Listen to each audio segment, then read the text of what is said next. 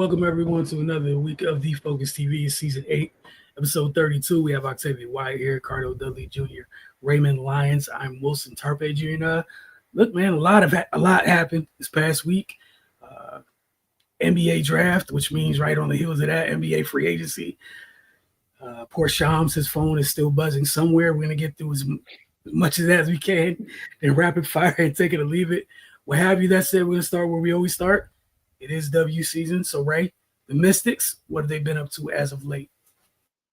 They were a little busy last week. They played 4 games. I finished the week 3-1, which included a 3-game winning streak. So they're starting to build some continuity. Their last game at Dallas, it was just one of those games, man. They got off to a super slow start. Dallas jumped all over them. The Wings were making everything in the first quarter. I think they won that quarter 28-9. So the Mystics kind of dug themselves into a big early hole. They were able to fight back. They cut the lead to 2 at one point, but at that point they just gassed out, and Dallas was they extended the lead, pushed it back up to 10, and the Mystics were just continuously playing catch up. So man, in that game there, that was a game where their deficiencies showed themselves. The slow start, like I mentioned, that's plagued them for a majority of the season, and then just the poor shooting and turnovers, specifically live ball turnovers, just caused the game to kind of get out of hand. And even when they were able to claw back into it, they didn't look as sharp as they did during the win streak. They were just pretty much kind of playing hard and playing with force, which is commendable, but you got to be able to execute at this level, especially with the way that Dallas was shooting the ball. But yeah, man, they're starting the team is starting to gel. The rookies continue to progress and develop, and they're starting to learn each other. We've been talking a lot about Suge Sutton's play recently, and that's along with Shakira being inserted into the star lineup. Those have been things that have really caused the Mystics to kind of, build some momentum. Suge she's been super important over this past week or so. Just being consistent, being able to settle things down when needed, and being aggressive offensively, whether that's scoring wise or playmaking wise. We talked a lot about, especially when the season was first starting, whoever is playing at point guard positions got to keep the defense honest. There was a time early in the year when it looked like whoever was at that spot just never looked at the rim. That's changed recently. I believe she was in double figures for 3 of the last 4 games. So she's been able to add another dynamic to the team, which if she can continue that stellar play, that'll definitely give the Mystics some room to grow, and it helps the others as well. Shakira's athleticism and energy kind of helps with that pick and roll, because teams got to make a decision. You want Shakira rolling to the basket free, or with Suge, she's shown she's willing to shoot the ball so you can't go under. So man, just them starting to kind of come into their own has allowed them to get some momentum this season. So their next game is they are at Minnesota on Thursday. They snuck a win in on the Lynx last Tuesday. Of course, that was without Napheesa Collier, but it's a win nonetheless against the top team in the league. And so we'll see how they measure up on Thursday. So yeah, man, it's exciting to see this team grow and watch them develop. So yeah, man, we'll see what they got for us. For sure, definitely looking forward to Thursday's game. Then a couple days after that, they return home for 2 home games. 2 home games away from home. We saw them earlier this year play out in Baltimore. The 2 games next week, I believe, at Eagle Bank Arena out in VA. So that should be fun from a traffic perspective. Look forward to seeing everybody there. One of them's 11:30 start time, the other one's 7:30. That's it. We're gonna get to the NBA draft. Again, that was last week.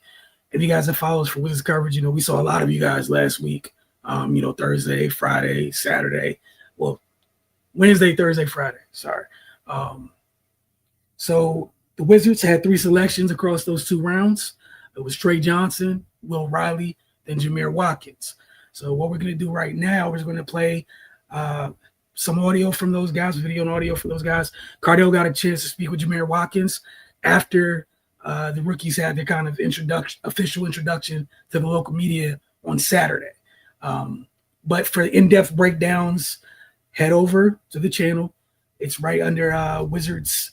It's in Wizards Outlook tab. It's Wizards draft recap. We took some time, went over all 3 players, how they fit, and then again, some things to keep an eye on is we're going to be rolling right into summer league. Like we're, as always, time's moving super quick. What to take from these guys to keep an eye on in summer league. That said, we'll get started with Jameer Watkins. What's going on, man? With Jameer Watkins, I'm Carter Della with The Focus. One question I have for you is you played for 2 defensive-minded coaches in Rose and Leonard Hamilton. Just talk about what they preached to you over the years that helped you develop to get to this point and how that would translate once you get on the floor. What they preach to me is really just that I'm, versatile. I'm someone that can guard multiple positions. That's what's going to get me on the floor.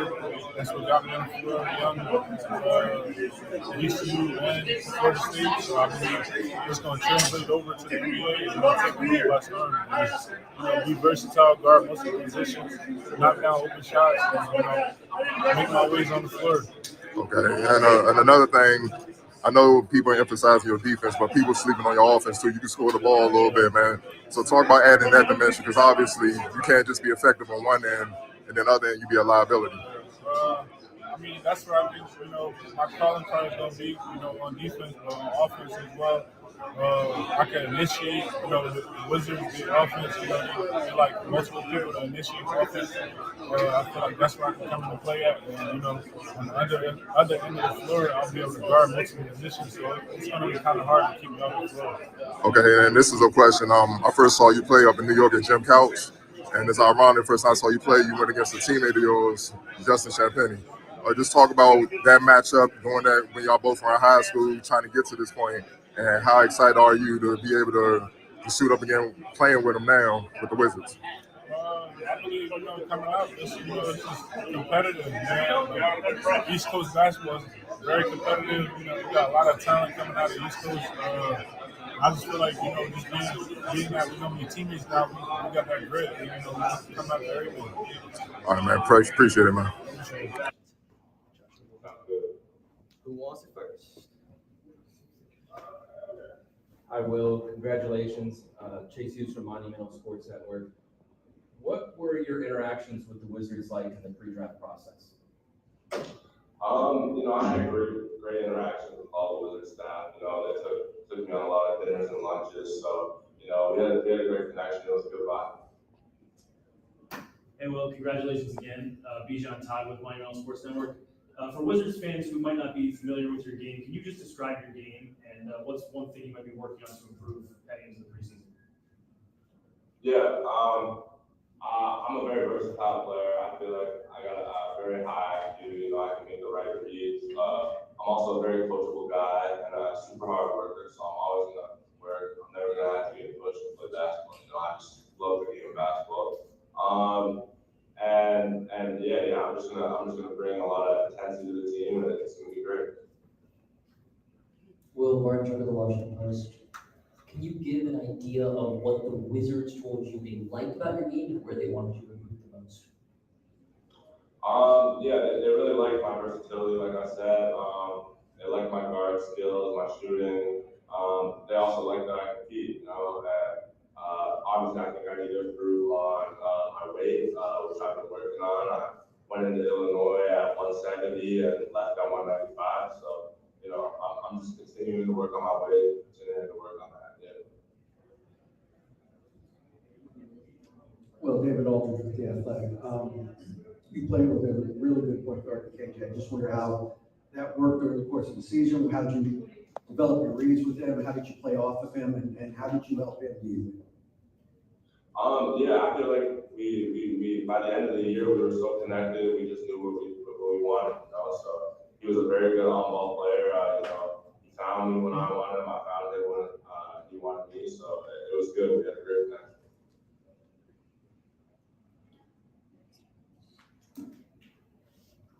With Josh Robbins from The Athletic, how many workouts did you have with the Wizards, and compared to any other workouts you had, how did it differ?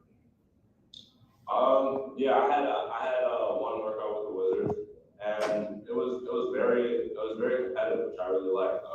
It was probably my most competitive workout that I went in, and that's usually where I thrive. So I felt like it was very good. Was it a 3-on-3 or 1-on? Oh, Everything. Oh no, I did a 3-on-3, but we played 3-on-3 and 1-on-1. I thought that's good. thank you.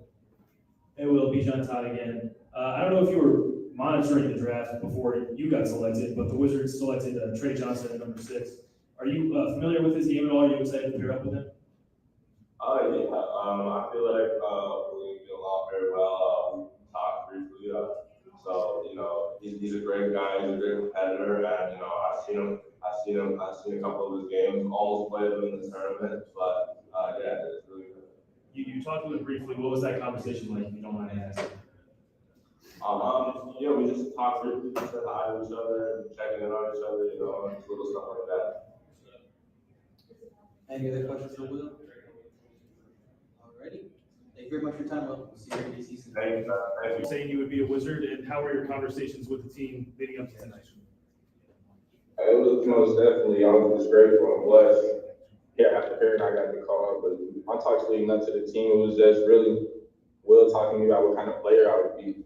He showed me clips where I used to take plays off, and most definitely that's not the player I want to be, especially in the NBA. And kind of being asked by different reporters here what you want your legacy to be, it kind of went back to my mind, me taking plays off, and that's certainly something I wouldn't want it to be. So yeah, I appreciate him. I feel like in my workout, he kind of pushed me, and I needed that. Hey Trey, congratulations. You're coming into a team that has a lot of young players getting a lot of minutes early in their career. What does it mean to you to come and be a part of this young Wizards core in Washington? It means a lot. Just being down there with guys who are competitive, and guys just wanting to be great like myself. For sure, getting down there and dealing with the team is something great. Hi, Trey, Karita Parks, Double Take Sports. You're known for your shooting. Devin Booker is one of your favorite players. Just curious, what is it about him that you like, and are there similarities in your game from your standpoint? I feel like it's bits and pieces that I watched that I feel like there are similarities, but most definitely the thing that I like the most is just his footwork and how he uses his footwork to set up people and come off with screens, and then his efficiency with the least amount of dribbles possible. Hi Trey, this is Martenzie Johnson with ESPN. Kind of on the topic of Suns or former Suns players. Kevin Durant, after your game against, I think, Texas A&M earlier this year, kind of shouted out your production. What did it mean for you to see someone like Kevin Durant acknowledge your production that you had in college? It means a lot, most definitely, because a few years ago I worked out with him, and that was before I even committed to Texas, and then he committed, and he's still showing love and reaching out. It means a lot for sure. Trey, Brian Chuck with the Washington Post. What stood out to you most about the plan the Wizards laid out for you when you talked about? Just how the front office is. Everybody's connected. I feel like, especially when I talked to my agent, how the front office and especially how my visit was, it felt more like a college visit, especially more like a family. I really didn't get that from other places, I would say, and that's really what I like the most about it. Everybody was connected. Trey, Josh Robbins with The Athletic. For people out here out east who might not be familiar with your game, could you please describe your strengths and the areas where you want to get better? I say my scoring, really shooting, scoring in general. Playmaking is also a strength of mine, and my IQ and leadership. Areas I always want to get better in is my playmaking, my defense, and then also navigating how to be a leader, especially with older guys. Thank you. Trey, Candace Butler of the Washington Post. I don't think too many people who get drafted will criticize themselves the moment they talk to media members. Do you feel like you are your worst critic, and Who do you think holds you the most, who has held you the most accountable throughout your basketball journey? I feel like I have surpassed my father in being my worst critic. But before it was me, it was most definitely him, for sure. Now I think as much I done heard his voice in the gym by myself, it's kind of the back of my head now, no matter where I go. So most definitely he's been holding me accountable. But as I got older, it's most definitely been myself. And yeah, most guys don't want to critique themselves, but I feel like to become better, you got to be honest with yourself at least. Take 2 more questions, please. Yeah. Trey, David Aldridge with The Athletic. You're coming to a young team that is rebuilding, and it's going to take a minute. How do you kind of foresee this rebuild going forward now? You got yourself and Bub in the backcourt. You got young guys throughout the roster. How do you see you guys growing together? Just gelling as a team on and off court, especially in practice, being competitive, pushing one another most definitely. And like you did say, it's gonna be a while, a long rebuild, but it's also being present in the moment, taking it one game at a time, not looking forward or not getting stuck maybe in a lawsuit, but just keep pounding stone, carrying water. I would say from a book that I read before, but just keeping consistency with it. Hi, Trey. Chase Hughes with Monumental Sports Network. Congrats. You mentioned your dad. What's it been like celebrating with him, your family, and your friends? What's been the reaction like? It's been great. I haven't been able to talk to my friends back home yet, but especially with my family here, it's been great. Especially seeing both my younger brothers getting to take this in, and then also my father. I said it a few times, but it's like we both got drafted today, most definitely. That was the 2025 Wizards draft class, and we'll see a lot more for them as summer league kicks off in about a week. I think it kicks off next week. Again, head over to the channel. Cardo did a great job breaking down these new Wizards players during our draft recap.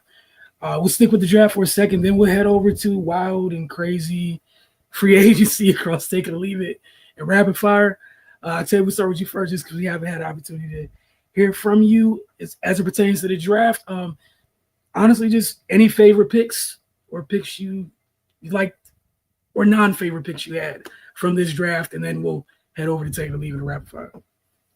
Yeah, I mean, I always look at the draft kind of with a grain of salt, just because I feel like of course, you have a lot of younger players that still have to prove themselves.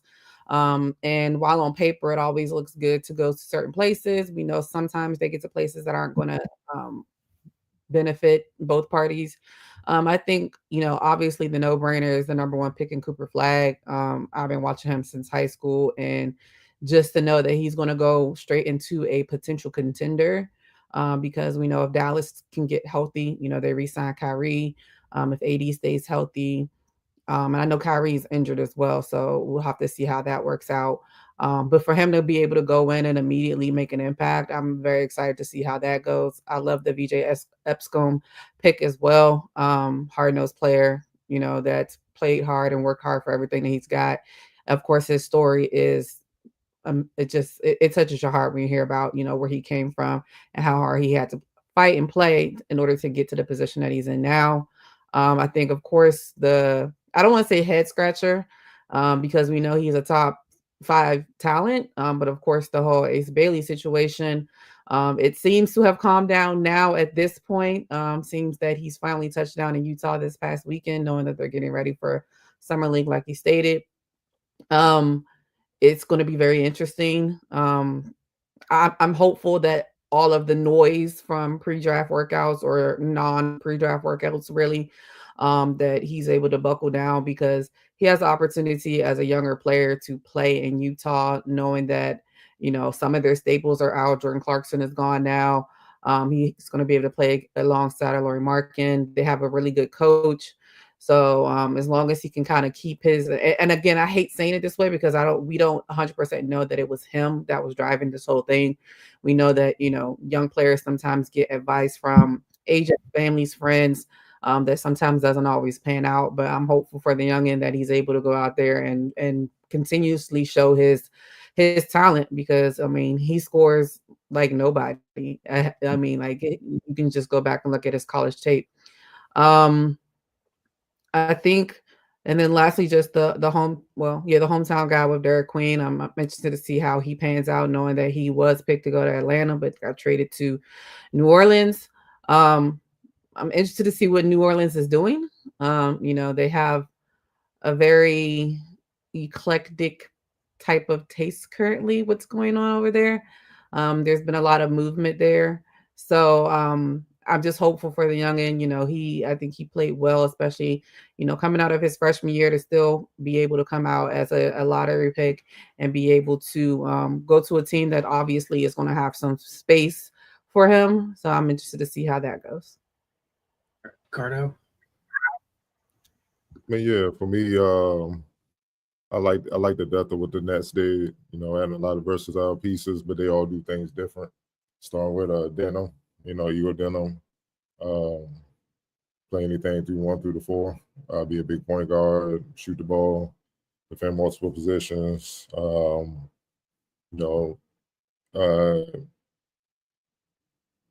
Drake Powell from North Carolina, I think he tested the best at the combine out of everybody, like everything. He was just off the charts. So you can easily see him coming in, just being a ferocious defender off the bat. You keep it going. Obviously, Ben Saraf, watching him similar in the sense to Igor, but he don't have the point forward skill set, but his versatility with his size and whatnot. As he adapt to being here in the States, you can see his talent blossom. And you already know how I feel about Danny Wolf. And you can see with the press of the day with Sean Marks and the head coach, how much they raving about him, how much they already talking about running the offense to him. You could just it's already there, and head coach already putting out there, yeah, we're gonna have a 10-man rotation. So that tells you that guys gonna play, you know what I mean? And they're gonna do a lot of things.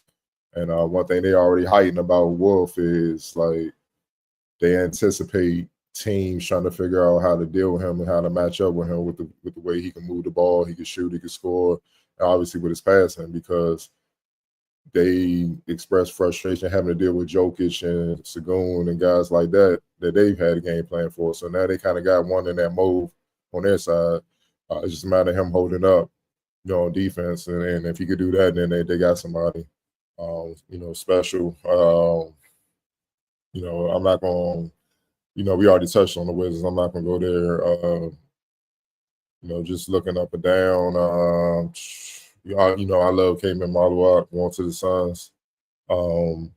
Give him a chance to play right away, show what he can do. And hopefully he can reach his potential, his ceiling, which a lot of people feel like is Rudy Gobert that can give you 20 points a game, though. You know what I mean? And that's a problem if you can get both. But you can see that potential. He just got to reach it. You know what I mean? That comes with work. You know what I mean? And being mentally tough to deal with the ups and downs that will come for every rookie. I've said it before. I say it again. I love Kevin McHale quote when he told Kevin Garnett, when Kevin Garnett was, kind of like, man, this job is hard. He's like, one thing I promise all rookies, I promise you're going to get your ass kicked. You can either go two ways. Either you can get better or you can quit. And he said he felt Garnett had much quit in him, so it was only one direction he could go. He was going to get better. So that's pretty much the case for every rookie. It's one or two ways. You're going to get better, you're going to quit. And if you quit, you're going to be out the league soon.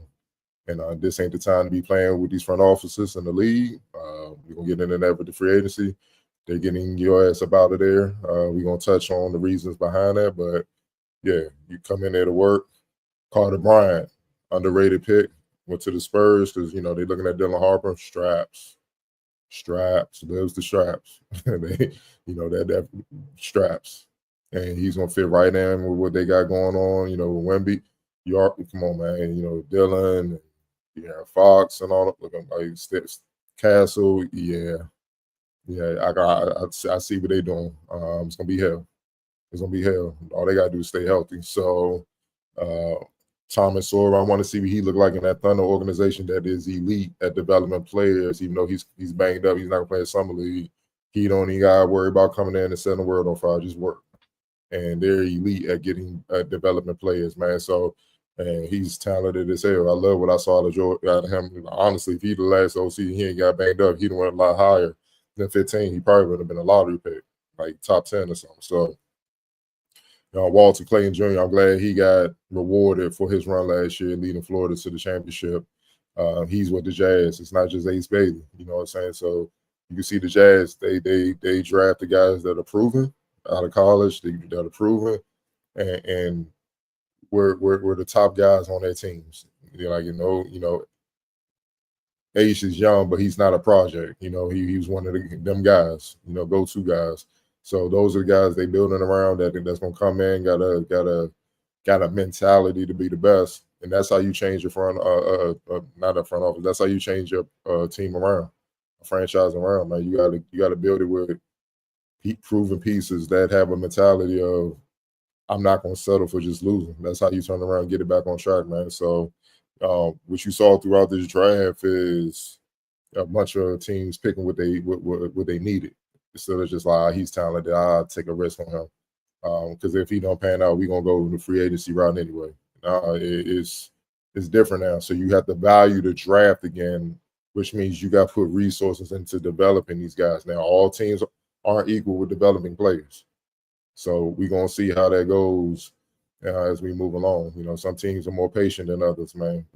But people got to understand when it comes to player development, it takes time. Every player moves at their pace. The thing you just want to see is, are they going to work day in, day out? And as long as they're doing that, you should be cool with it. And then, in the second round, the one was one pick that really jumped out at me, Cam Jones to the Pacers. I loved him at Marquette. Dog, complete, can similar to Halliburton, as he knows how to probe. He's elite at probing and making the right reads, but he can score, he can rebound, he can facilitate, and he can defend 1 through 3, man. So with him being out, that gives him a chance. Even though he's a second-round pick, he's an early second-round pick, so that gives him a chance to kind of see the floor early, especially with what they've done, which we're going to touch on the free agency. Is a different outlook now than what we just got through seeing. So it's an opportunity for him to come in and kind of, I'm the guy behind Halliburton when he come back. You know what I'm saying? So, it's a lot of guys that put in work last year in college that got an opportunity, man. I'm just trying to see if they, take it and run with it. Right. Favorite picks out this draft? Yeah, man. Cardell touched on it a little bit, but I think the guy that landed probably in the best spot gotta be Thomas Sorber, man. Super talented kid, goes to a championship organization, and that's still very young, but he'll get a chance to develop with, not a lot of outside expectations. He can just kind of take his time, get completely healthy. And like Cardell said, man, the way they grow and develop players, he is not like the cupboard is bare when it comes to talent with him. He's technician on the block, active defensively, good with dribble handoffs and in pick and roll. So, man, I think that's a dream spot for a rookie. You go to a winning team where you're not expected to heavily contribute right away, and you can kind of just feel your way through the league and grow at a decent pace. So, yeah, I'm just super excited to see what he turns into, being able to walk into a situation like that. Ricardo will slide over to take it or leave it. Where do you want to start? Yeah, we're gonna start with take it or leave it real quick. Obviously, NBA free agency happening tonight. The very few players have experienced the kind of season that OKC has this past year, but guard Shai Gilgeous-Alexander, he had one for the ages, man. Leading the Thunder to the NBA championship, winning league and Finals MVP. Led the league in scoring. With that, he became eligible for the Supermax contract last season after making all NBA teams in the two other previous 3 seasons. He did it again and became eligible for either the 4 or 5 year Supermax extension this offseason. And he opted for the 4-year version, which is worth more than $250 million and makes SGA the highest paid player in NBA history by annual salary. Gilgeous-Alexander's new deal is worth $285 million or north of $71 million per year. Take it or leave it, Octavian. Oh, I'm gonna take it. That's easy. Shea, I mean, he's proved his worth. He's done everything he needed to do. He brought the franchise their first and only NBA championship. And I say that, of course, knowing that his teammates definitely heavily contributed as well, but he's the head of the snake. When it's, and I mean, not saying that a lot of NBA players are issues or anything like that, but then he gives you no issues. You know, he's a favorable star. He's not in any trouble. He's he's in commercials. He's doing all the right things that you want to see from your franchise guy. And I appreciate when they reward people for the things that they're supposed to do. I mean, you're supposed to do stuff, but it doesn't mean everybody's going to do it. And he's been doing it at a high clip. And he's young, I don't see there's no signs of him slowing down. So I feel like there's no issue with you doing it. It's the right thing to do. So I'm definitely taking it, and I have no qualms with it at all. Right. Yeah, man. I mean, you got to take it. He's shown steady progression. Like Octavia said, just brought them a championship.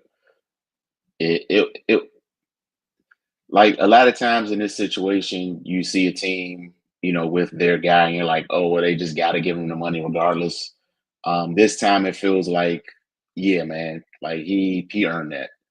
Like we saw where he started from and what he's grown into, and he hasn't even maximized his potential yet. So I think as an owner, you feel good sliding him that paper to sign, as opposed to just feeling like, well, I mean, he's our franchise guy and kind of got his hamstrung. You know what I mean? And instead of hoping he gets the results you want, he's already delivered some hardware, and they're in a position to get some more. So yeah, man, obviously it was a no-brainer. Yeah, I think it's one of those things as we move into this new apron world. This is what it should look like when it's time to extend folks. He delivered. Either be the young guy that has your team routinely in contention, or get it done. It's a no-brainer. Yes. So taking it, I think everybody here is taking it. I mean, for OKC, like, look at how they're set up going forward. Because their main guy, they just paid, they're in a great place. They have no worries, no doubts, like, oh, he's going to slack off or anything crazy like that. There's literally no questions. They don't have any questions. It's easier to probably sign off on that check. I would imagine it's easier. There's a lot of money either way. Imagine it's a little easier knowing that you already got, Loki already got a great return on your initial investment, which was the Ricky deal. So, yeah, shout out to Shea for that and the position OKC's in. Yeah, obviously I'm with y'all. Of course he does. Taking it all day. I think Jokic is the best overall player in the game, but I think Shea is clearly, he got the hardware, man. He's the best all-around guard. He's the best guard. If Jokic number one, he's number two, and it's a close number two because he delivered just like Jokic did. The thing is, he just got to sustain what he's been doing, and then who knows, he might be the best player in the game sooner or later, man. Just just his efficiency. Not even just the fact that he averaged 32, 6, and 5, which is Jordan career numbers, just to put in perspective, how good he was, but to just put those numbers together at any point, that's Hall of Fame caliber. But the efficiency on 51% from the field, 37% from deep, 89% from the free throw line, and then his defense. It wasn't like he was food on that, and he's a very good defender as well, man. So, he had the dream season that every guard wishes they got. You know what I mean? And he delivered. So of course, you definitely take it. Now moving forward, and for OKC, it makes sense because most of their roster are on rookie deals or minimums, league, vet minimums type stuff. So it's not going to, kill them with the tax apron situation. At least not yet. You know what I mean? They're going to have to face that in a year or two, but that gives them room to be able to go for more championships, man, because as we go through this free agency list, some teams have made some interesting moves to try to keep that run at 1. You know what I mean? So we're gonna move on to the next one. Take it or leave it. And last one, then take it or leave it. The Milwaukee Bucks waived Damian Lillard after acquiring Miles Turner via trade. The Bucks are stretching the remaining $113 million on his contract over the next 5 seasons in order to trade for Turner, which allows them to retain future draft assets rather than package them in a Lillard trade. Milwaukee acquired Turner on a 4-year, $107 million contract. Lillard, who turns 35 later this month, is currently rehabbing a torn Achilles tendon he suffered during Game 4 of the team's first-round playoff series against the Pacers. The Bucks will owe Lillard $22 million over the next 5 years. Lillard's wave and stretch marks the latest aggressive move from the Bucks brass, who appear to be retooling their roster around star Giannis Antetokounmpo, with Antetokounmpo set to hit free agency in 2028. The veteran guard averaged 24.6 points while shooting 36.4% from beyond the arc over his last 2 years in Milwaukee. This business can be cold at times, man. Take it or leave it, Bray. I take it they really didn't have a choice. We talked about the uphill battle they were in from a team construction and asset standpoint. I mean, you got that much money sitting on the bench, albeit due to injury with the climate that teams are in now. I mean, their hands are pretty much tied. So yeah, they were in a tough spot. They made a big move. We didn't have to be here in the first place, but that's neither here nor there.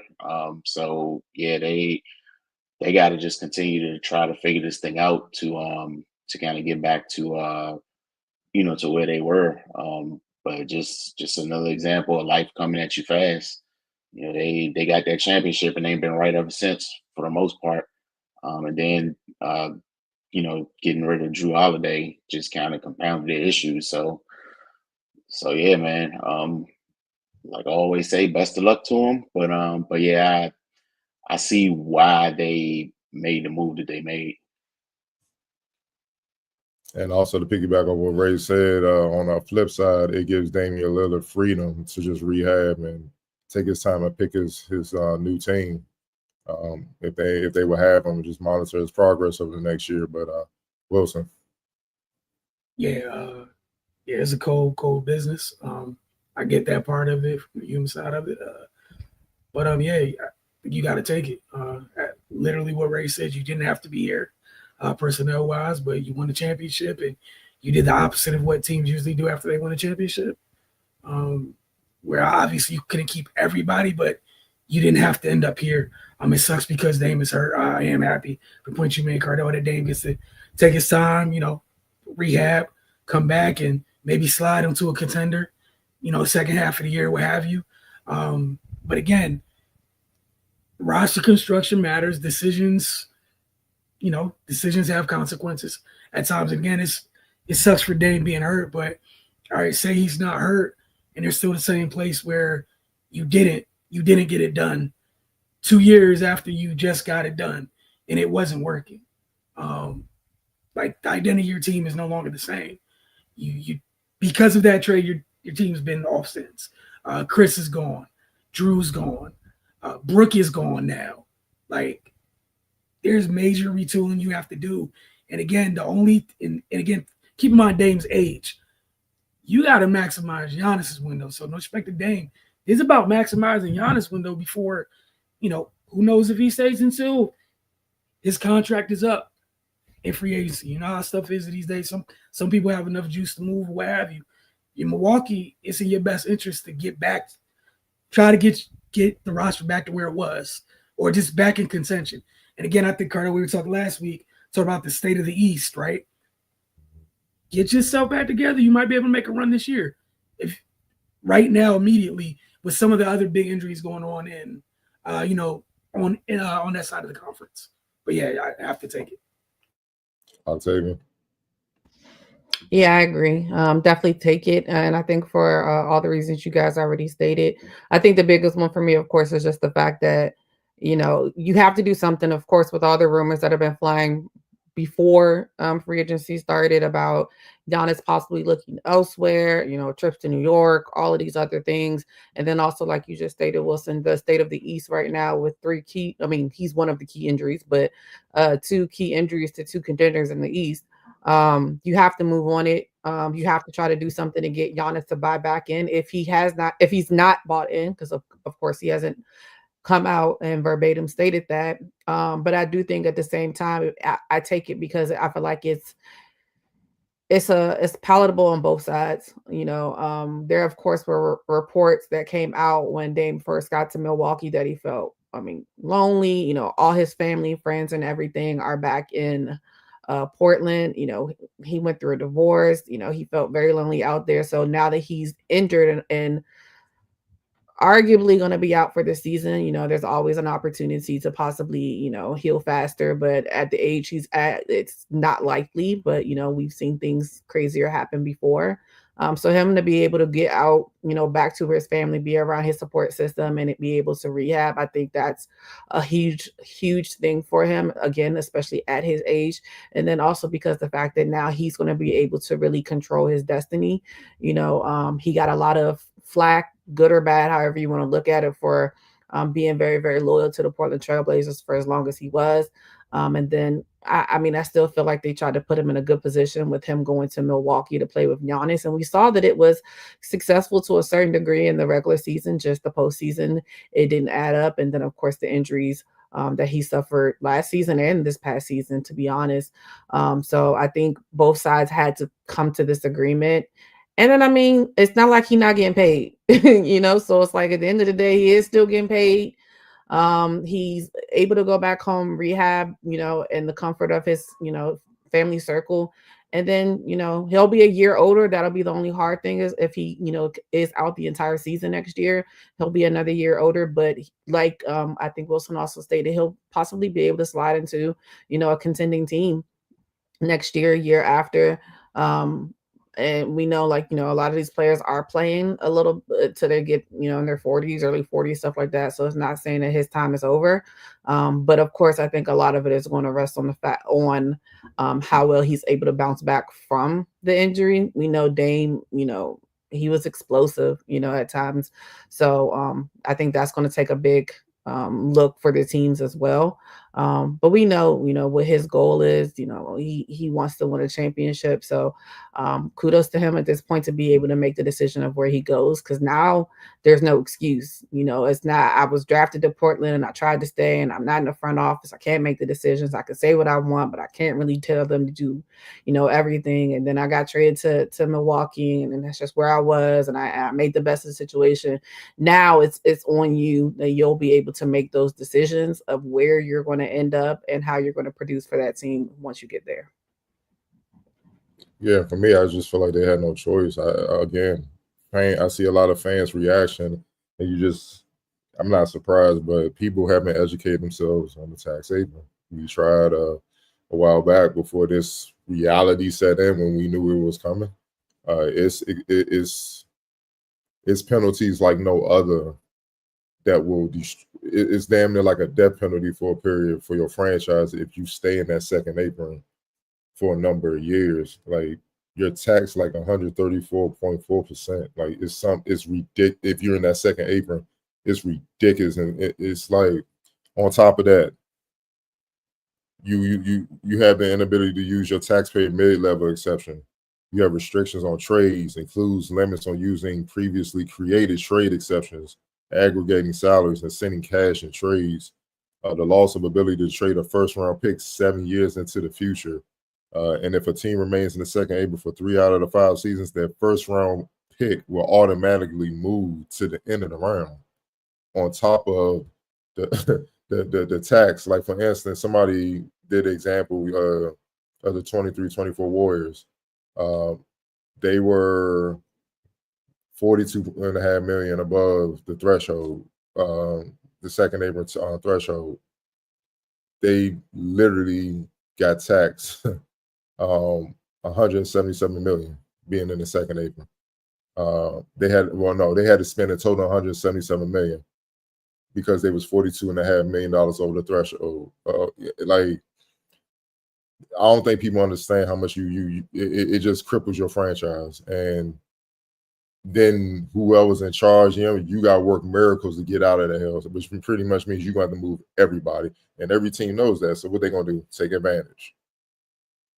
They're going to gut your franchise. And then you the one left with all that, man. And you don't want to go there unless you know you have a guaranteed shot at winning that thing. You might eat it for a year or two, then changes will have to be made. And that's why you saw Boston literally, we can't do this no more. Take them out, we good. People gotta go. And that knocked it from 511 million back down to 200 something. You know what I mean? Just that quick, moving a couple of. So it's designed to create competitive balance, which in a sense I like, because certain teams make more money than other teams, and you get tired of seeing the same teams just buy players and hope and win the championships. That's why the super team stuff is all but basically dead. On top of it, doesn't guarantee it's going to work, as we just saw with Phoenix. But at the same time, whoever team salary cap person is, they're going to earn their money through this tax apron era. They're going to really earn their money, man, because the advice or the recommendations they give GMs and owners and stuff like that to navigate, it's going to determine how well the team do, man. And the thing you're seeing is role players getting that big money, 90 million, 100 million, 105, 110 million dollars. That ain't happening no more. You seeing people sign for this look like 90s type contracts, 33 million over 4 years, like proven veteran role players that can help your team.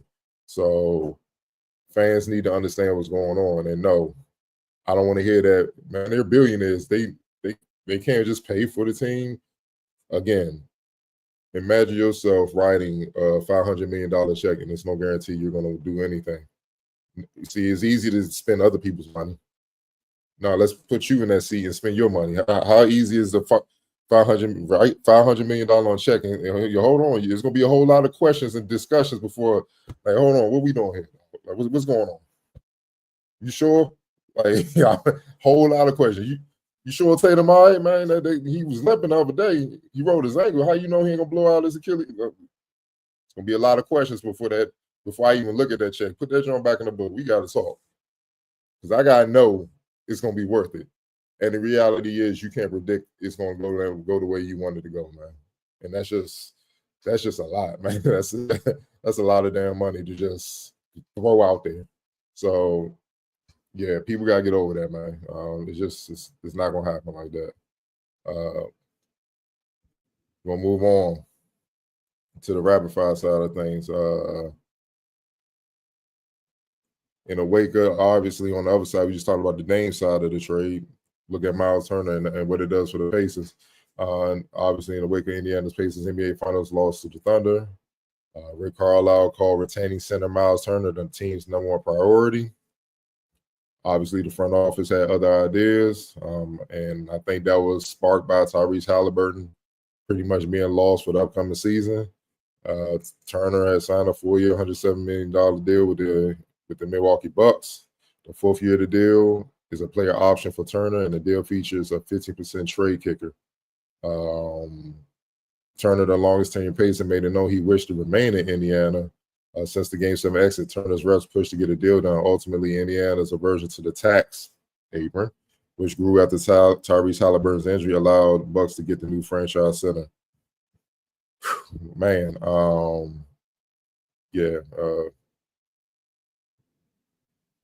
I believe we're with you, Wilson. Just your thoughts. Hey, man, that tax apron waits for no man. It is on the way. Then you couple it with an injury. That is literally the incentive to go, we'll see you next year. Straight development, but for the Bucks, it makes sense. You lost Brook.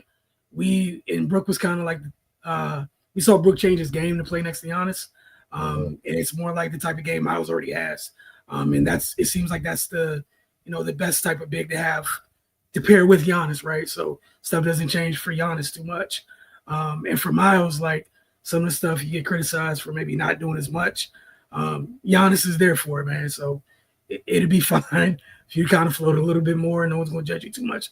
That said, still got to go play defensive rebound. And we saw how important he was to the Pacers during that run, even though I'm sure folks only going to remember some of the he struggled to shoot the ball a little bit as the playoffs went on, but he was a very important piece for the Pacers this whole season.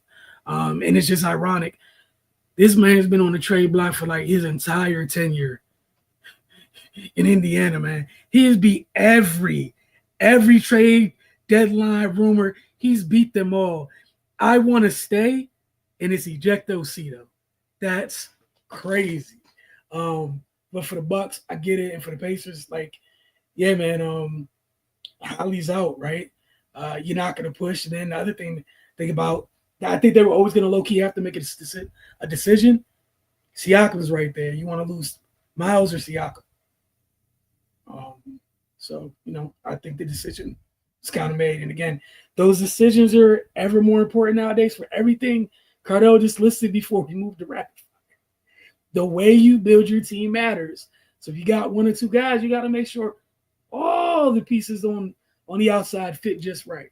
And that also means sometimes if any of those pieces starts to price themselves out, you got to be an adult and just be like, hey, I appreciate everything you did. I got to find an alternative solution. Octavian. Yeah, I mean, I feel like we're on a broken record as far as this tax apron. And again, another team who has their star player out for foreseeable the next season. And yeah, I definitely do think it was slightly ironic that, Miles Turner, I believe he's with the Pacers for 10 years. And like Wilson stated, has been in trade talks numerous of times to now come out and actually get traded to the Milwaukee Bucks. I believe he said that he felt like the Pacers were lowballing him, which, is kind of crazy to a certain degree, knowing that he spent 10 years of his career there. But, again, at the end of the day, it's a business. Sometimes you got to do what you got to do. I'm interested to see how he fits in Milwaukee. Again, knowing that Brook Lopez is now in LA, I believe, in the backup for Clippers. So it's definitely going to be interesting. But yeah, life comes at you fast, to be in the NBA finals and to be traded literally 2 to 3 weeks after being a staple in that franchise for 10 years. It's crazy. Unfortunately, it's the business. And he's being well compensated for it. So there's that. Right. Yeah, man. In the world we're living in now, your guy goes down, you pretty much get a year to take some wild swings and figure things out, really, because yeah, man, that like Octavia said, that second apron, boy, you don't even want to begin to approach that. But I mean, yeah, Turner, he gets to, get the money he desired and go to try to see if he can go get back into a situation where he's competing for a championship for the Pacers. Yeah, they, it, like Wilson said, they had a decision to make. It's tough being the guy in that seat, but that's the reality. I don't think a lot of teams were prepared, or even if they were prepared, the position they put themselves in before these new penalties came into play, they gonna have to make some decisions they wouldn't have normally made. So here we are, and like we're seeing the ramifications of it immediately across the league, and yeah, it's to see one of your centerpieces get shipped out 2 weeks after playing in the Game 7 in the finals is shocking. But hey, man, look, these are the times we're in. Yeah, the NBA's tax apron rules were implemented as part of the 23 collective bargaining agreement, with the first apron rules taking effect last offseason 2024. That's when we try to school people on what was coming, and then the first and second aprons became active in the 2024 offseason following the ratification of CBA. And 24-25 season restrictions related to the aprons were phased in over the 24-25 season. 25-26, the restrictions are now fully in effect for the 26 season. So yeah, some teams started preparing early. Some teams were in win now mode, trying to hurry up and sneak in a couple championships before they had to do what they had to do, and here we are. So yeah, it's very real. Moving on to a signing that I think not a lot of people are paying attention to. The Utah Jazz Wade veteran Jordan Clarkson, after 6 seasons with the franchise, and when he clears waivers, he's set to sign a free agency deal with the New York Knicks. According to NBA insider Chris Haynes, Clarkson played just 37 games last season due to plantar fasciitis, averaged 16.2 points on 40% shooting from the floor, 36% shooting from 3. Man, Brunson gives some offensive help. We all know when Clarkson on his game, he can put the ball in the basket. Octavia, what's your thoughts? It's funny that you bring this up because I definitely paid attention to this signing, knowing that he got bought out by Utah and immediately said, "I'm signing with the Knicks." I mean, I'm not surprised to a certain degree because I do feel like they need some additional offensive help. You know, unfortunately, Mikal Bridges didn't, shoot as well as they had hoped he would in the playoffs. We know Josh Hart also, and then Brunson had a lot of the weight on his shoulders. And as long as Jordan Clarkson can stay healthy, I mean, he's a good two-way player. You know, he plays with a lot of intensity as well. And like you said, we know he can put the ball in the basket. So imagining him, like, I feel like he kind of takes over the DiVincenzo role that DiVincenzo had when he was there.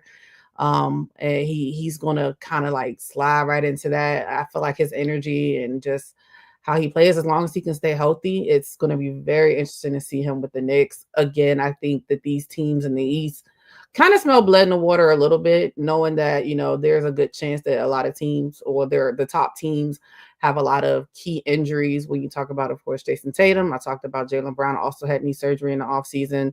And we also talked about the fact that the Boston Celtics have pretty much gutted a lot of their team due to the tax apron. You talk about, of course, Tyrese Halliburton and his injury, and we just talk about Miles Turner leaving as well. But then you also got to think about, even with the Cleveland Cavaliers, but there's Garland and the foot thing, so there it's open, where a team can, I don't want to say sneak in, because the Knicks were in the Eastern Conference Final. So if they can have a repeat of last year, and if you think about it, last year in the regular season, the only teams that they really struggled with were the top 2 teams in the Cleveland Cavaliers and in the Boston Celtics in the regular season.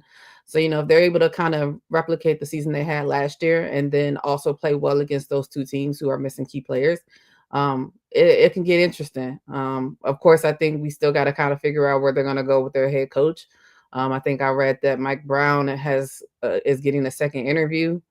So that'll be interesting to see what type of coach they're going to get that's going to be able to implement their own scheme. So I think that's going to be a big thing that they have to look into as well, because they have players, but now they have to make sure that the players can fit in the coach's scheme, or the coach, of course, is going to have to adapt to the type of players that he has, which a good coach should be able to do. Right. Yeah, man, I think that's a big pickup, getting that type of scoring punch. We saw Jalen Brunson do a lot offensively last season.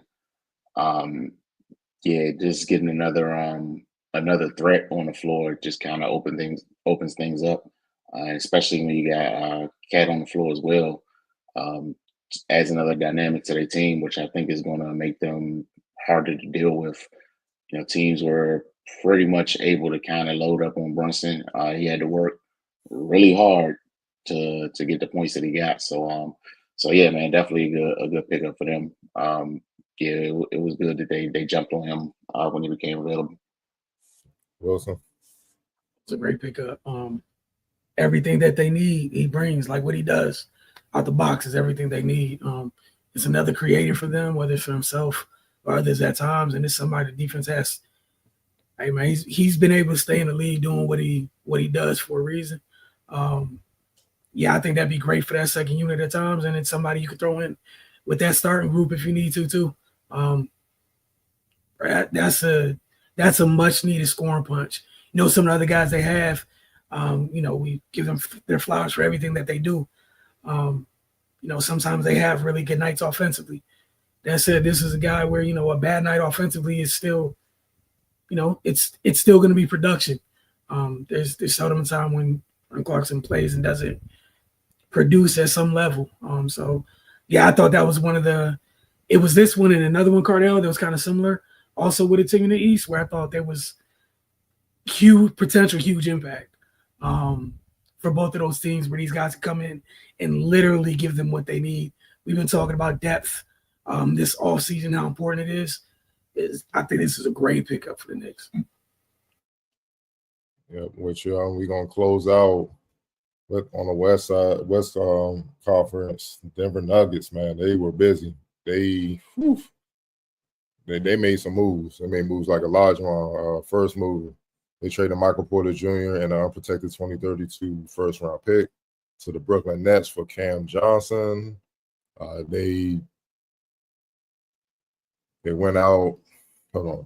They went out and got Bruce Brown Jr. from their 2023 championship core. We've been adamant and loud over the last year. They shouldn't have let him go in the first place, but neither here nor there. They got a new GM. New guy making decisions. John Wallace came over from the Timberwolves. He left. He left and just got picked up free agency through for the Nuggets. And then they're building around Jokic something serious. And last but not least, they traded for big man Jonas Valanciunas, and I've also signed wing Tim Hardaway Jr. to a 1-year contract on top of that. Just what are your thoughts on what the Nuggets been doing? We're gonna start with you, Ray. Sheesh. Hey man, they put themselves right back in the mix in a big way. And it like you said, man, they won a chip and depleted their depth. I just didn't understand it. But here we are today. They reloaded, man. And man, look, Jokic still doing what he do. We know what Murray is like when he's healthy. And now they got they got their depth back. People thought their window was closed. They opened that bitch right back up. It's going to be interesting to see, man. A lot of teams in the West kind of ascended recently, but they got to deal with the Nuggets again. But yeah, that front office, get them all a raise like right now because they put in work. Awesome. Yeah, man. The West is getting real. The Nuggets and the Rockets are taking it very, very, very, very seriously. So all the teams who are not those teams who are not taking life seriously, I don't understand how you just sat here and watched both of these teams go, we're in it and we're going to create separation between the rest. But that's none of my business. All teams are different. All GMs are different. All front offices are different. These two had time.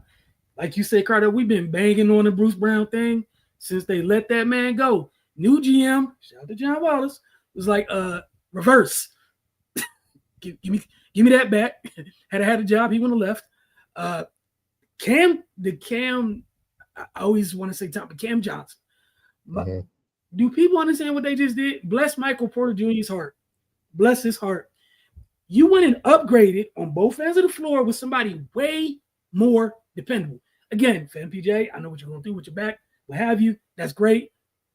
Just from a purely basketball standpoint, something you can set your watch to, playing with Joker, which them passes come from all angles, all times. This is a knock shooter. This is a prototypical 3-and-D dude, man. People were tripping watching this happen. Tim Hardaway Jr. thing. Don't know if y'all get this. We sat here talking about Clarkson. Some guys excel. Some guys have certain roles in the league, right? A couple teams went out, shout out to the Knicks for this, went to go find guys that excel in that specific role because that role is available for those teams. Tim Hardaway Jr., again, you're playing with the best passer in the league. This is a dream come true for guys. Hey, find an open spot on the floor, get the ball, catch and shoot. Also, we talked about Denver took the champs to 7 games with no depth. What happens now when Joker comes out and there's a couple guys on their second unit that can rumble now. Now, if the other teams lose the non-Jokic minutes, we already know what time it is when they don't really lose those minutes when he's on the court. They give everyone's favorite team goes to hell during the starting lineup minutes. Now the bench. And then again, getting big, super strong JV over there. I'm sorry I didn't get a chance. You know, I got 3 out of 4 off of YouTube that quick, but to get big old JV out there, another big, strong physical presence on that second unit who also you can throw the ball down to in the post and he's a capable passer. JV is fine. But again, that second unit's strong now. Now, if they just hold serve, they already win the Joker minutes. They were just that bad during the non-Joker minutes. Like, they were just horrible. It was just that bad. Bro, I thought they cleaned up. Like, them with what they got, Houston what they got. I'm just sitting there like, y'all are letting, and we're talking about roster construction. Why are y'all just sitting here watching these people add things to the, the back end of their strengthen their rotations? And these are things all the teams and so many teams in the league can use these pieces because you're built wrong or you're top heavy, etc. And the Nuggets and the Rockets is like, we want back in it, especially the Nuggets. It was like, bro, we had you guys on the ropes with Joker and Aaron Gordon. Yeah, I loved it. I'll tell you. Yeah, I mean, I think you guys pretty much tackled everything. There are teams in the West who are still searching for a big man. And here comes the Denver Nuggets, like you said, pulling JV. Tim Hardaway Jr., I think a lot of people don't pay enough attention to him and the things that he's able to do. And I think the biggest thing is, like you stated, they took OKC to 7 games with no bench. And to have these type of players, proven players, vets, that can come in and play their role, it can only get better. And especially because we know, I feel like we kind of had an inclination once the Michael Malone fire happened that the Nuggets were like, we have to maximize this window. Like Cardell stated earlier, and when we started the show earlier, Jokic is the best player in the game, so you have to constantly put good things around him. And I think that they saw how quickly that window closed, or, if you want to say it all the way closed or tightened, whatever you want to say, after their championship, and knowing that they, lost a lot of key players. Bruce Brown, like, please take me back. I don't want to be where I was anymore. I'm sorry. Take me back. And they're there with open arms because they know how pivotal he was in their success as well. So that should be an easy slide in. Yeah, I don't know why you would give why people are sitting pat and watching, arguably the best player in the league get more help around him. And as much as he drug his team to a certain degree to a game 7 with OKC, now knowing that he's going to be a little bit fresher because he's going to have more help and people can't always just key in on him. And those times when those starters like him and Jamal Murray and Aaron Gordon go out the game, you still got a lot of firepower coming off your bench. And like we all been talking about all year, especially since the playoffs started, depth is key, as we've seen with the 2 teams that were just in the NBA Finals. You got to have a bench. So them building up the bench the way that they have, and we're only on day 2, it's very interesting. Yeah, it's ridiculous. It's also saying that some of the rookies that moved in that last year, he was last year, that last regime they drafted, they don't really have no faith in those guys. You know what I mean? Because otherwise, you'd just stand back and let them just continue to develop. Maybe add a couple free agents, but to go out and get 4 big ones, that says a lot. You also got Christian Braun still there. You know what I mean? He produced. He took a step last year. And a name I think you should keep an eye on, Day'Ron Holmes. He got hurt last year, but he's very talented, man. So that's another 4 or 5 that's in that front court mix. So yeah, John just came over from Minnesota. Clearly, he's looking at, we got to see Minnesota, because Minnesota was built to beat the Nuggets, so now it's different. So now the Big's gonna rumble. Obviously, Wemby. Everybody know Wemby's coming. and you got to deal with Sengun, who just got Clint Capella from Atlanta to come down that Joe and KD in the front court. You got to deal with that. Obviously, Cooper Flag and Anthony Davis and the boys out in Dallas and stuff. I mean, damn, dog. Like I said before, you ain't get bigs before it came. It's over now. Ain't no bigs out there. It's just take your beating like a man. And honestly, that's the weakness of OKC, having a quality big. That's how you beat them. That's why the Nuggets took them to 7, gave them their best punch outside of Indiana, because they had the center, and that they had to account for. And that small stuff, I mean, size is size, man. Trust me. You could be the most rugged defender out here. It wears on you. You know what I mean? So that's why you saw Miles Turner have an impact and whatnot, man. But it's gonna be a fun season, man. It's gonna be a fun season because look at what Golden State. They lost Looney. Like we're big. Again, like you said, some teams stay pack and then get a big. Looney left. Sacramento, I don't know what Sacramento doing. I'm gonna leave that alone. Memphis, they at least they signed Jaren Jackson back. I'm not gonna get into how the amount they signed him for. I see people talking about them. Leave that alone. That's their business. Yeah, Portland got big.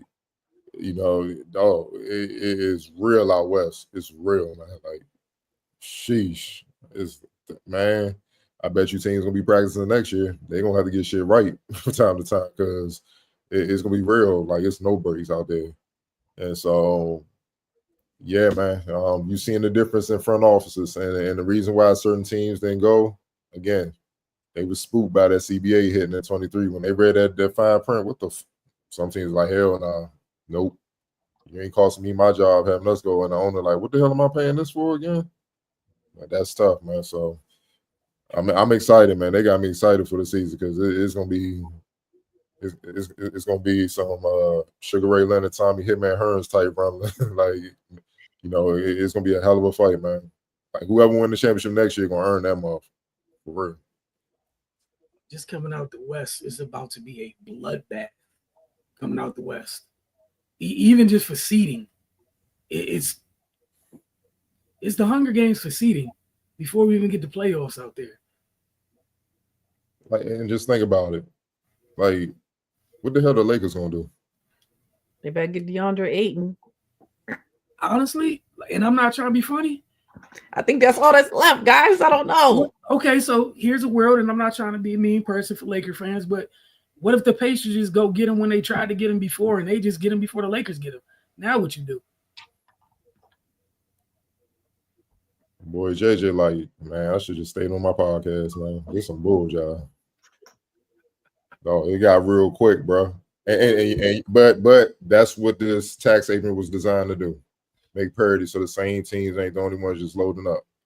So think about the top teams on paper right now. They're quote unquote small market teams. Yep. It's not even big. It's not even big market team. I guess out east you can see now with the injuries, the Knicks are back. You can put the Knicks up there with Orlando. I don't quite know what to make of the Cavs, man, because the Garland situation is iffy. But they got bigs. Atlanta came up. Atlanta did come up. I'll give them credit, but they got put it together. Man, outside of Detroit's still there too. So outside of those four, the rest, everybody else, it's a toss-up. Orlando gonna be interesting.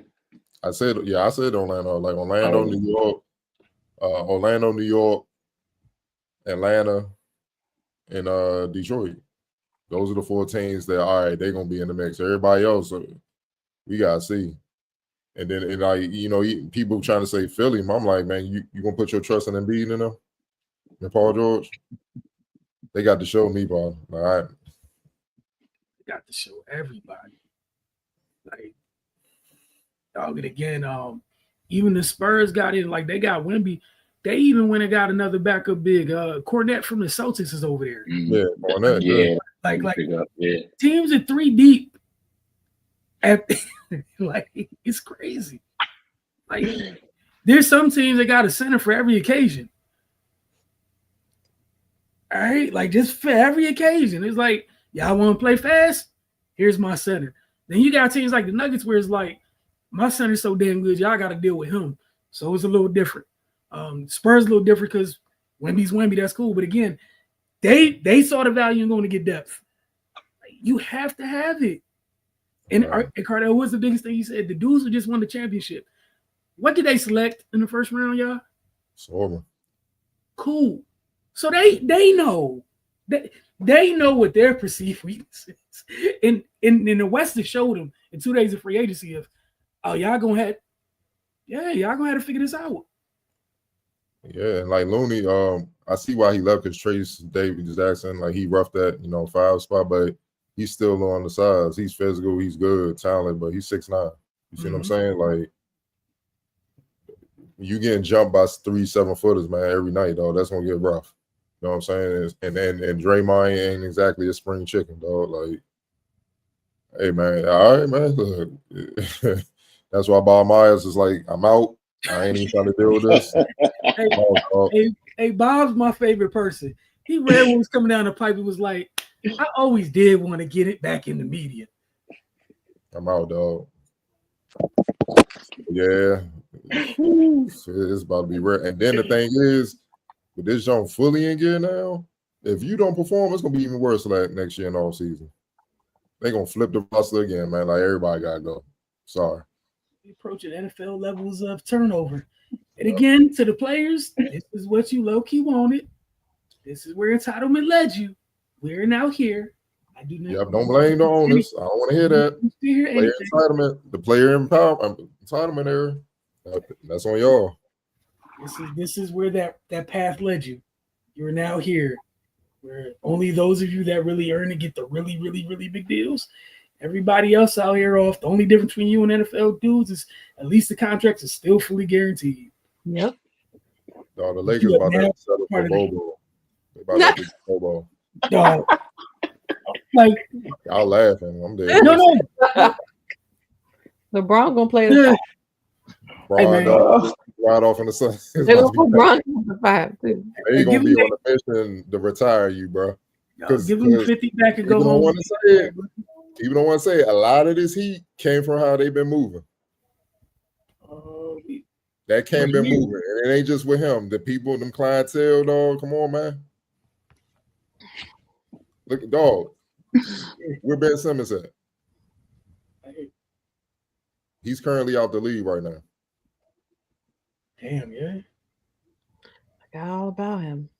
Yeah, currently out the Clippers let that go. He's currently out the league. Sheesh. Hey man. Yeah, this about to be tough, but I'm looking forward to the Hunger Games version of the NBA and Summer League for these roster spots. They now have value. Man. They out here about to be fighting. Like what was it? The Dark Knight and Joker threw the pencil between there. That's for 2-way spots. It's about to get crazy. All of a sudden, them G League spots value in the motherfucker. I can't wait to be. I would love to get it. Man, it's about to be real this summer. All that diva shit done. Get it when you finish. And again, is my last thing. The teams in the West in here watching. Okay, so the Rockets were the 2nd seed last year before they did all this stuff. The Nuggets, right before they did all this stuff, y'all.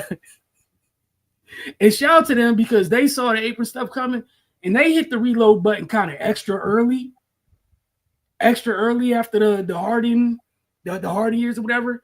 They hit the button a little early and then gradually they're trending upwards into this crazy nasty world with a bunch of rookie contracts. Then we saw the Nuggets change stuff over just that quick. We saw they saw their mistakes in just like that.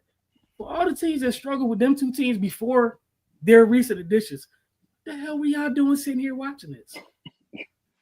Like, ain't no way. Like, Houston's just like 3-and-D over there. So the rest of the West, you don't need these things? With the most efficient mid-range scorer. No, I was leaving that. I'm trying to be a adult and leave that part out of it, Cardell, but I'm right with you. So you went and surrounded, we talk about kids' age and all that stuff. You went and surrounded him with the exact opposite of what he currently possesses. Because he don't have to guard the dot. He don't got to guard the guy no more. That's amen in them. You know who he guarding? You know, Jacques Lonsdale, he gonna be on him. He gonna be chilling. Like, yeah, I'm good, bro. Like, all the energy in the world to close out the game, man. And like, don't let and I'm looking at the Spurs. Don't let Wemby take that leap that we know it's coming, but we don't know when it's coming, but we know it's coming. Don't let him take that leap. That changes everything. That group, I'm so intrigued about that group. Fox, the 3 kids, and then Wemby. Do people understand what type of hell they're about to put on people defensively? And the speed at which they get to play because they center runs like Excel. Like, I guess, man. Power to all y'all. We seen Wemby for 2 years just in all types of different transition opportunities. 2-on-1s, 3-on-1s, 4-on-1s. They all turn into pull it back out and let's run a set.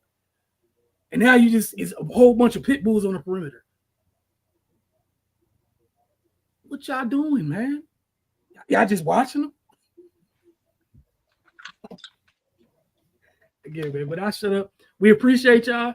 Look forward to talking with y'all next week as always. And Mrs. Folks, we'll see y'all Thursday evening.